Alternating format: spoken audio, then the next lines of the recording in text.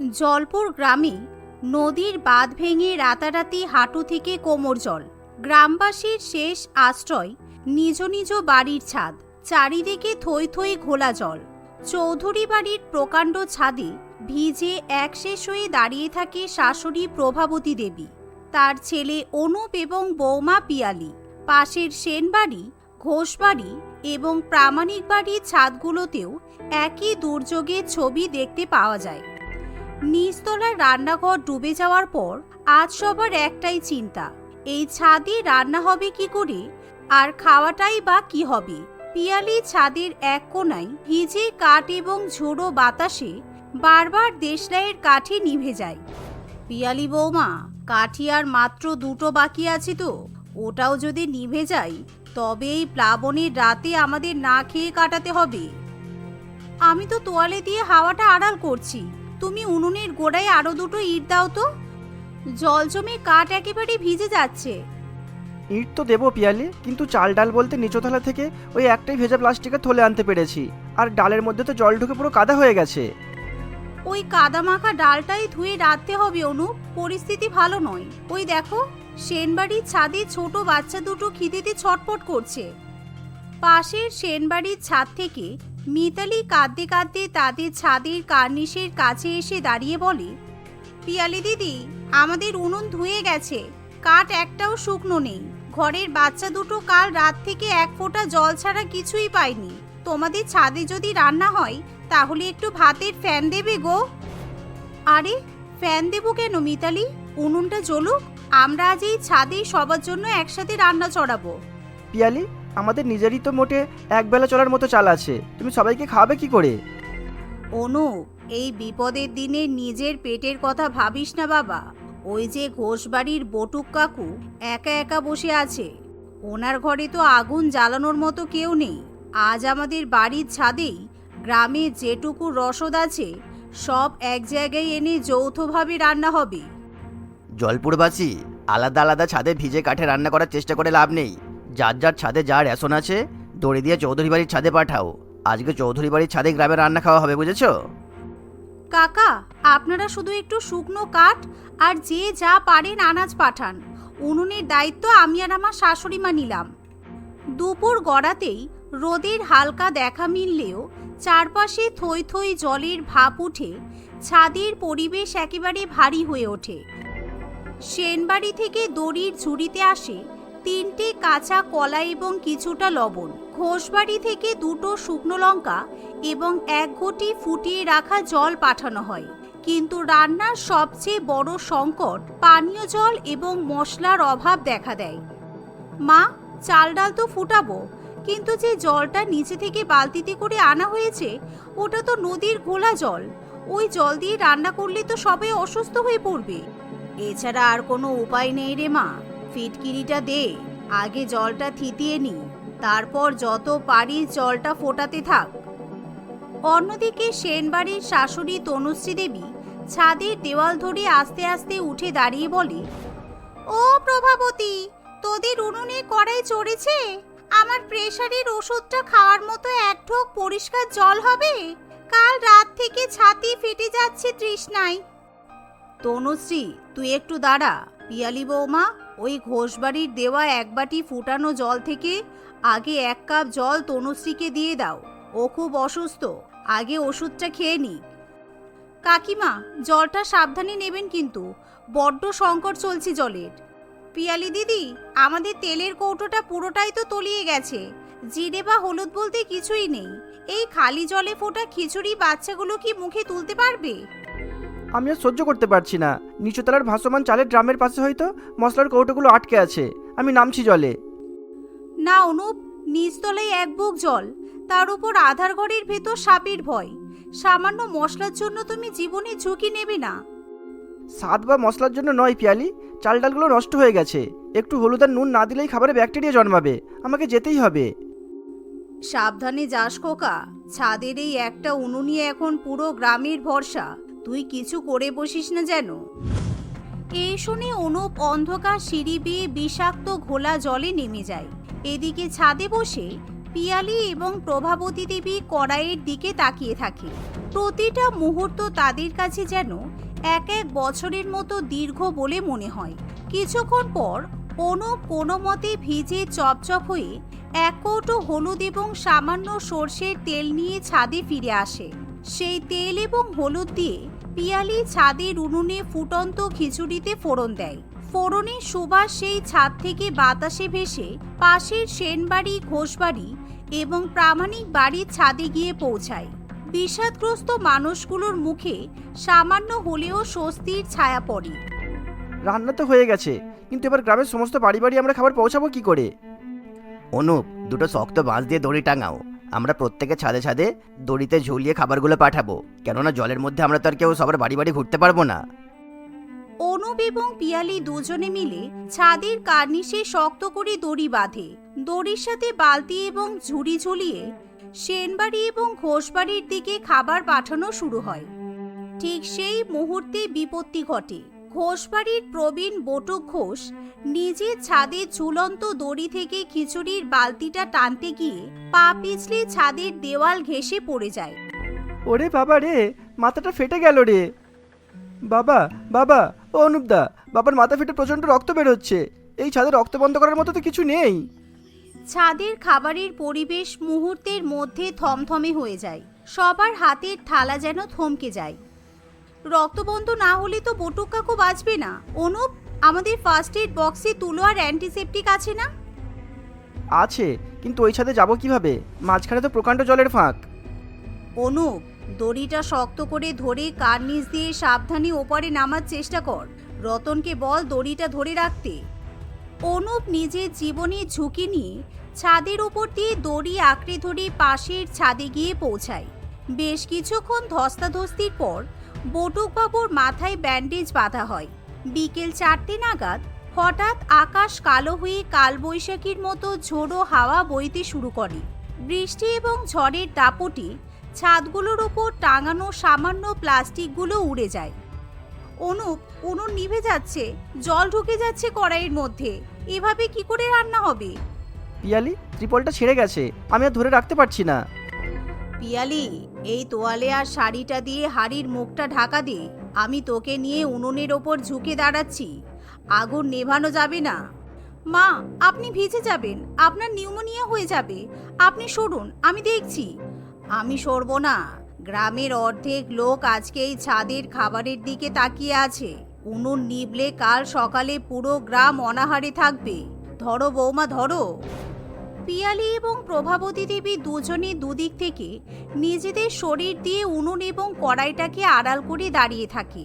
ঝড়ের হাওয়ায় বৃষ্টির জল তাদের পিঠে বিঁধতে থাকে। হাত পা ঠান্ডায় জমে যেতে শুরু করে, কিন্তু তারা উনুনের ছাই আর সেই জ্বলন্ত কাঠটুকু নিভতে দেয় না। মিনিট কুড়ি ধরে প্রলয়ঙ্করী ঝড়ের পর যখন বৃষ্টি কিছুটা কমে, তখন দেখা যায় চৌধুরী বাড়ির ছাদের উনুনটা মিটমিট করে জ্বলছে।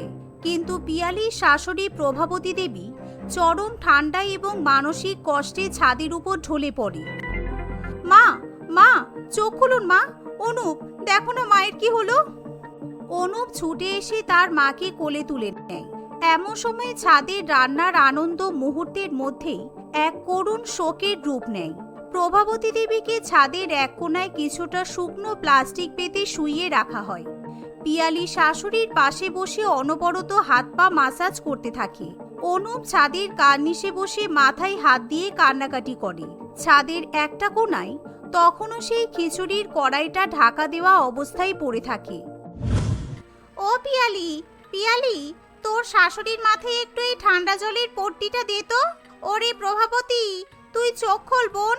তুই ছাড়া এই গ্রামের ছাদগুলোকে কে ধরে রাখবে? কিছুক্ষণ পর প্রভাবতী দেবী আস্তে আস্তে চোখ মেলে তাকায়, কিন্তু তার গলা দিয়ে যেন আওয়াজ বেরোয় না। বৌমা, গ্রামের সবাই খেয়েছে তো? প্রামাণিক বাড়ির ছোট বাচ্চাটা খেয়েছে? সবাইকে খাবার পার করে দেওয়া হয়েছে মা। সেনবাড়ির সবাই খেয়েছে। বটুক কাকু এখন সুস্থ, শুধু আপনি কিছু খাননি। তুই খেয়েছিস বৌমা? সারাদিন তো তুই এই উনুনের ধোঁয়ায় জলে পুড়ে শেষ হলি রে মা। আপনি না খেলে আমার গলায় এক ফোঁটা খাবার নামবে না মা। আপনি তাড়াতাড়ি উঠে কিছু খেয়ে নিন। এদিকে অনুপ এক বাটি গরম গরম খিচুড়ি এবং ফুটানো জল নিয়ে এসে নিজের মা এবং স্ত্রীকে খাইয়ে দেয়। পরের দিন ভোরে পূব আকাশে আলো ফুটতেই দেখা যায় এক অলৌকিক দৃশ্য। নদীর জল অনেকটাই নামতে শুরু করে। দুপুরের দিকে রোদ আরো ফুটে ওঠে, একতলা জল পুরোপুরি নিচে নেমে যায়। এমন সময় হারাধন প্রামাণিক মেগাফোনটি হাতে নিয়ে কেঁপে যাওয়া গলায় বলে, জলপুরবাসী, জল নেমে গেছে। আমরা আবারও নিজের নিজের একতলায় কাদাপাকা ঘরে ফিরে যাব। কিন্তু মনে রাখবেন, এই বন্যায় আমাদের ঘর ডুবেছিল ঠিকই, কিন্তু আমাদের ছাদগুলো আমাদের সবাইকে এক করে দিয়ে গেল। চৌধুরী বাড়ির ছাদে ওই একটা উনুন আর পিয়ালি বৌমার প্রভাবতী দেবীর যৌথ রান্না আমাদের শিখিয়ে দিয়ে গেল, বিপদ যতই বড় হোক না কেন, ভালোবাসার উনুন যদি জ্বলে তবে কোনো ঝড়েই মানুষ ছেড়ে যায় না। হারাধন বাবুর কথা শেষ হওয়া মাত্রই গ্রামের সকল লোকজন ছাদে দাঁড়িয়ে করতালি দেয় এবং পিয়ালি ও তার শাশুড়ি মাকে বাহবা জানায়, যা দেখে পিয়ালি ও তার পরিবারের লোকেরা অত্যন্ত খুশি হয়। 3 দিন ধরে জলে ডুবে থাকা জলপুর গ্রামের ছাদগুলো থেকে একে একে মানুষ আবার নিচে নামতে শুরু করে এবং ধীরে ধীরে আবার তারা আগের মতো নিজেদের স্বাভাবিক জীবনে ফিরে যায়। তনিমা তার স্বামী কালীপদ এবং এক মেয়ে রিমিতার সঙ্গে তেঁতুলতলা নামক গ্রামে বাস করত। রিমিতা এখন ক্লাস 5-এ পড়ে। কালীপদর মদ খাওয়ার খুব বাজে অভ্যাস ছিল। সে সারাদিন বাড়ির বাইরেই থাকত এবং কাজকর্ম কিছুই করত না। তাই ঘর সংসার চালানোর জন্য এবং মেয়ের পড়াশোনার জন্য বাড়িতেই তনিমা সেলাইয়ের কাজ করত। সে খুব ভালো সেলাইয়ের কাজ জানত বলে আশেপাশের মেয়েরা বউরা তার কাছেই জামা কাপড় সেলাই করতে দিত। সে বাড়ির সমস্ত কাজকর্ম গুছিয়ে নেওয়ার পর কাজে বসে পড়ত। এমনকি সে মাঝে মাঝে মধ্যরাত পর্যন্ত সেলাই করত। এমনই একদিন সে যখন তার কাজে ব্যস্ত ছিল, তখন কালীপদ তার কাছে এসে বলে, এই তনিমা, টাকা দিয়ে আমাকে। আজকে টাকা দেওয়ার কথা ভুলে গেছিস নাকি? হ্যাঁ, আমি চাইবো তারপর টাকা দিবি। তোর কাছে কি আমাকে হাত পাততে হবে? বল, দে টাকা দে, মদ খাবো। কালীপদ প্রত্যেকদিন তনিমার কাছ থেকে জোর করে টাকা নিয়ে মদ খেতে চলে যেত। তনিমা জানতো যে তার কাছে টাকা দেখলেই কালীপদ সব টাকাই নিয়ে নেবে, তাই সে প্রত্যেক দিন অল্প অল্প করে টাকা একটি লক্ষ্মী ভাণ্ডারে জমিয়ে রাখত। মা, তুমি প্রত্যেক দিন এই লক্ষ্মী ভাণ্ডারে টাকা ফেলো কেন গো? টাকা তো খরচ করার জন্য হয়। না মা, সব টাকা খরচ করার জন্য হয় না। কিছু টাকা আমাদের সঞ্চয় করে রাখতে হয়, ভবিষ্যতের কঠিন সময়ে কাজে লাগতে পারে। বুঝেছিস আমার সোনা মেয়ে? হ্যাঁ মা। মা, আমার বন্ধুরা আমাকে খেলতে ডাকছে, আমি খেলতে যাব? হ্যাঁ মা, যা, তবে তাড়াতাড়ি চলে আসিস কেমন? না হলে তোর বাবা আবার রাগ করবে। তনিমা খেলতে চলে যায়। রিমিতা আবার তার কাজ করতে বসে পড়ে। এভাবেই সময় অতিবাহিত হতে থাকে। সময়ের সঙ্গে সঙ্গে কালীপদ আরো বেশি মদের প্রতি আসক্ত হয়ে পড়ে। এখন সে তো আবার নতুন করে জুয়া খেলাও শুরু করেছিল। একদিন, এই তনিমা, টাকা দে, আমি জুয়া খেলবো। দে টাকা দে। এ কি, এত কম টাকা কেন? রোজ এত এত কাজ করছিস, টাকাগুলো যাচ্ছে কোথায় শুনি? রোজই তো বলিস টাকা পাইনি, টাকা পাইনি। তা কি হয় টাকাগুলো? তুমি এমন করলে কি করে হবে বলো তো? ঘর সংসার চালানো, মেয়ের পড়াশোনার খরচের জন্য কত টাকা লাগে বলো তো? এই চুপ, আমাকে বোকা বানানোর চেষ্টা করবি না। আমি জানি এই বাক্সটার মধ্যেই তুই টাকা লুকিয়ে রাখিস। ওরে বাবা, বাক্সে আবার তালা মেরে রেখেছিস? হ্যাঁ, দে চাবি, দে, দে বলছি। না, বাক্সে কিছু নেই। বাক্সে আমাদের জামা কাপড় আছে, ওতে টাকা নেই কোনো। এই নাও, আমি তোমাকে আরো 100 টাকা দিচ্ছি। না, আমার চাবি চাই। চাবি দিবি নাকি মার খাবি বল? কিরে শয়তান, চাবি দিবি না তাই তো? না না, দেব না। তুমি আমাকে মেরে ফেললেও আমি চাবি দেব না তোমাকে। দেব না, দেব না, দেব না। কালীপদ অনেক রেগে গিয়ে তনিমাকে খুব মারধর করে। অত মার খাওয়ার পরও তনিমা তাকে বাক্সের চাবি দিতে রাজি হয় না। আসলে বাক্সে তনিমার লক্ষ্মী ভাণ্ডারটি ছিল, যেটাই সে রোজ অল্প অল্প করে টাকা জমাতো। তনিমা ভালো করে জানতো যে কালীপদ ভাণ্ডারটি দেখতে পেলেই সেটি নিয়ে চলে যাবে। ঠিক আছে, তুই চাবি দিবি না তাই তো? দিতে হবে না, যা, আমি ঘরের সব জিনিস বিক্রি করে দেব।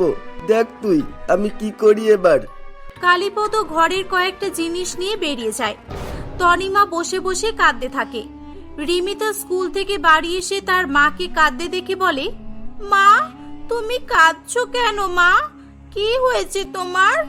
তনিমা তার চোখে জল মুছে বলে, কই কিছু না রে মা, এমনি অনেকক্ষণ ধরে কাজ করছিলাম বলে চোখ থেকে জল পড়ছে। আচ্ছা মা, আমি বলছিলাম কি, আজকে আমার পায়েস খাওয়ার খুব ইচ্ছে করছে, তুমি আজকে আমার জন্য পায়েস বানাও না মা। পায়েস? ঠিক আছে মা, তুই ঘরের খেয়াল রাখ, আমি বাজার থেকে চাল আর দুধ কিনে নিয়ে আসছি। তনিমা বাড়ি থেকে চলে যাওয়ার পরই দুজন লোক তাদের বাড়িতে আসে। তারা এসে ঘরের জিনিসপত্র ভাঙচুর করতে শুরু করে। বাচ্চা মেয়ে রিমিতা এসব দেখে খুব ঘাবড়ে যায়। সে ভয়ে শুধুই কাঁদতে থাকে। কিছুক্ষণ পর তনিমা বাজার থেকে ফিরে আসে। সেই লোক দুটোকে ঘরের জিনিসপত্র ভাঙচুর করতে দেখে অবাক হয়ে যায়। তার হাত থেকে পায়েসের জন্য কিনে আনা সামগ্রী পড়ে যায়। তোমরা কারা? এভাবে ঘরে ঢুকে জিনিসপত্র ভাঙাভাঙি করছো কেন? কারা তোমরা বলো? এই ঘরটা আমাদের মালিক কিনে নিয়েছে। কালীপদ এই ঘরটা মালিককে বিক্রি করে দিয়েছে। মালিক আপনাদের এই ঘর খালি করার হুকুম দিয়েছেন। আজকে এই ঘর ছেড়ে চলে যেতে হবে তোমাদের। ঘর খালি করো, নাহলে সব ভেঙে চুরমার করে দেব, বলে দিলাম। ঘর বিক্রি করে দিয়েছে মানে? না না, এটা হতে পারে না। এই ঘর আমাদের, আমরা এখান থেকে কোথাও যাব না। হ্যাঁ, আমরা কোথাও যাব না, এটা আমাদের ঘর। চলে যাও তোমরা এখান থেকে। মা দেখো না, এরা সব জিনিস ভেঙে দিয়েছে, আমার পুতুলও ভেঙে দিয়েছে।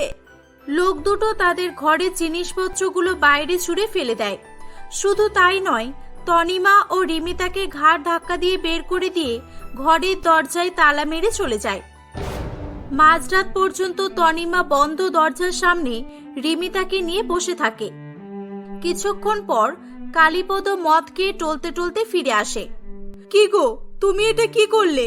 আমাদের ঘর তুমি বিক্রি করে দিলে, আমাকে একবারও জিজ্ঞাসা পর্যন্ত করলে না। আমরা এবার কোথায় থাকবো বলো? একবারও কি মেয়েটার কথা ভেবেছো? এই চুপ, একদম বেশি কথা বললে জিভ টেনে ছিঁড়ে দেবো বলে দিলাম। এটা আমার ঘর ছিল, তাই আমি বিক্রি করেছি। আমার টাকার দরকার। আর এটা কি তোর বাপুর ঘর নাকি যে বেশি বকছিস? আমার বন্ধু রাজেশ আমাদের জন্য একটা ঘরের ব্যবস্থা করে দিয়েছে। আমরা আজ থেকে ওখানেই থাকবো।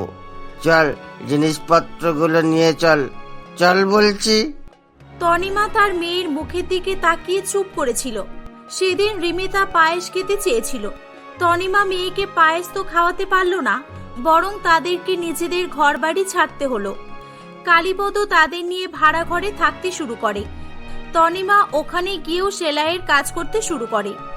এখন তাকে আরো বেশি করে কাজ করতে হতো, কারণ ঘর ভাড়া, ইলেকট্রিকের বিল সবই তাকেই দিতে হতো। বেশ কয়েক বছর কেটে যায়। রিমিতা এখন বড় হয়ে উঠেছিল। দারিদ্রতার কারণে তনিমা তাকে কলেজে ভর্তি করতে পারেনি। তনিমারও এখন অনেক বয়স হয়ে গিয়েছিল, চোখে ঠিকমতো দেখতে পেত না সে। তবুও সে তার মেয়ের বিয়ের কথা চিন্তা করে চশমা পরে সেলাই করত। মাঝে মধ্যে তার খুব শ্বাসকষ্টের প্রবলেম হতো। একদিন, তনিমা কেমন আছিস রে? কত বছর পর তোদের দেখা পেলাম। আমি তো প্রায় 10 বছর শহরেই ছিলাম। গ্রামে আসার পর জানতে পারলাম তোরা ঘর বাড়ি বিক্রি করে দিয়েছিস। তা বল, কি খবর? এ কি, তোর শরীর খারাপ নাকি? না না, ওয়েদারের জন্য একটু ঠান্ডা লেগেছে। রিমিতা, রিমিতা, রেণুকা মাসি এসেছে, চা করে নিয়ে আয় মা। তনিমা, তোর মেয়েটা তো অনেক বড় হয়ে গেছে। ছেলে টেলে দেখলি? মেয়ের বিয়ে দিতে হবে তো এবার। হ্যাঁ, মেয়ের বিয়ের চিন্তায় চিন্তায় তো শরীরটা আরো খারাপ হয়ে যাচ্ছে। বেঁচে থাকতে থাকতে মেয়েটার বিয়ে দিতে পারলে মরেও শান্তি পেতাম। শোন, আমার নজরে একটা ছেলে আছে, খুব ভালো পরিবার। ওদের কোনো যৌতুক টাকা পয়সা চাই না, বুঝলি? শুধু মেয়ে সুন্দরী হতে হবে, কাজে কর্মে নিপুণ হতে হবে। দাঁড়া, আমি তোর মেয়ের জন্য কথা বলছি, তাহলে কি বলিস? তনিমা এটা শুনে খুব খুশি হয়। কয়েকদিনের মধ্যেই রেণুকা ছেলেপক্ষকে তনিমাদের বাড়িতে নিয়ে আসে। রিমিতাকে তারা সবাই খুব পছন্দ করে। তারা কিছুদিন পর বিয়ের তারিখ পাকা করার কথা বলে চলে যায়। মেয়ের বিয়েতে অনেক টাকার প্রয়োজন বলে তনিমা অসুস্থ শরীর নিয়েই কাজ করতে থাকে। হঠাৎ একদিন তার বুকে খুব যন্ত্রণা করে এবং সে অজ্ঞান হয়ে পড়ে যায়। ডাক্তার জানায় যে শারীরিক দুর্বলতার কারণে এবং অতিরিক্ত পরিশ্রমের ফলে হার্ট অ্যাটাকে তনিমা মৃত্যুবরণ করেছে। মা, আমাকে একা ছেড়ে তুমি কেন চলে গেলে মা? তুমি বলেছিলে যে আমাকে ছেড়ে কখনোই যাবে না। এবার আমাকে কে দেখবে? কিছুদিন পর আমার বিয়ে কে দেবে মা? তুমি ফিরে এসো, ফিরে এসো মা। রিমিতা অনেক কাঁদতে থাকে। হঠাৎ কেউ একজন রিমিতার মাথায় হাত রাখে। সেটা আর কেউ নয়, কালীপদ ছিল। কাঁদিস না মা, এসব আমার জন্যই হয়েছে। তনিমা, আমি সারা জীবন ধরে তোমাকে কষ্ট দিয়ে গেছি, সারা জীবন তোমার ওপর অত্যাচার করেছি। তুমি সব মুখ বুজে সহ্য করেছো। আমার জন্য তোমাকে অনেক কষ্ট করতে হয়েছে, আর আমার জন্যই তুমি আজ অকালে চলে গেলে। কালীপদ সেদিন অনেক আফসোস করতে থাকে। পুরানো দিনের কথা মনে করে সে কাঁদতে থাকে। সে যেভাবে তনিমার উপর অত্যাচার জোর জুলুম করে এসেছে, অন্য কেউ থাকলে বোধহয় সহ্য করতেই পারত না। সে মনে মনে প্রতিজ্ঞা করে যে সে আর কখনোই মদ খাবে না এবং জুয়াও খেলবে না। তনিমার মৃত্যুর খবর পেয়ে রেণুকা দেবী সেখানে আসে। কালীপদদা, তনিমার শেষ ইচ্ছা ছিল ভালোই ভালোই মেয়েটার বিয়ে দেওয়া। ওর শেষ ইচ্ছে এবার তোমাকেই পূরণ করতে হবে। তুমি রোহিতের বাবা মায়ের সঙ্গে কথা বলে রিমিতার বিয়ের তারিখটা পাকা করে ফেলো। কালীপদবাবু ছেলেপক্ষের সঙ্গে কথা বলে রিমিতার বিয়ে ঠিক করে দেয়। মেয়ের বিয়ে তো ঠিক করে দিলাম, কিন্তু আমি এবার টাকা কোথায় পাবো? আমি কিভাবে তনিমার শেষ ইচ্ছা পূরণ করব? বাবা, এই নাও, এই লক্ষ্মী ভান্ডারটা মা আমাকে কদিন আগে দিয়েছিল। মা বলেছিল আমার বিয়ের আগে আমি যেন নিজের হাতে এটা ভাঙি। আমি মাকে সেই ছোটবেলা থেকে এই ভান্ডারটা সামনে রাখতে দেখেছি। আমাকে দিচ্ছিস কেন মা? তুই নিজের হাতেই এটা ভাঙ। রিমিতা ভান্ডারটি ভেঙে ফেলে। তাতে অনেক টাকা ছিল। টাকার সঙ্গে একটা চিঠিও ছিল তার মধ্যে। কালীপদ চিঠিটা খোলে। তাতে লেখা ছিল আমার মেয়ে রিমিতার বিয়ের জন্য। চিঠিটা পড়ে কালীপদ এবং রিমিতা দুজনেই অঝরে কাঁদতে থাকে। তনিমা সারা জীবন ধরে বহু কষ্ট করে সঞ্চয় করে রাখা টাকা দিয়ে রিমিতার বিবাহ সম্পন্ন হয়। তনিমার আত্মত্যাগের ফলেই রিমিতা আজ হাসি খুশি সংসার জীবন করতে থাকে।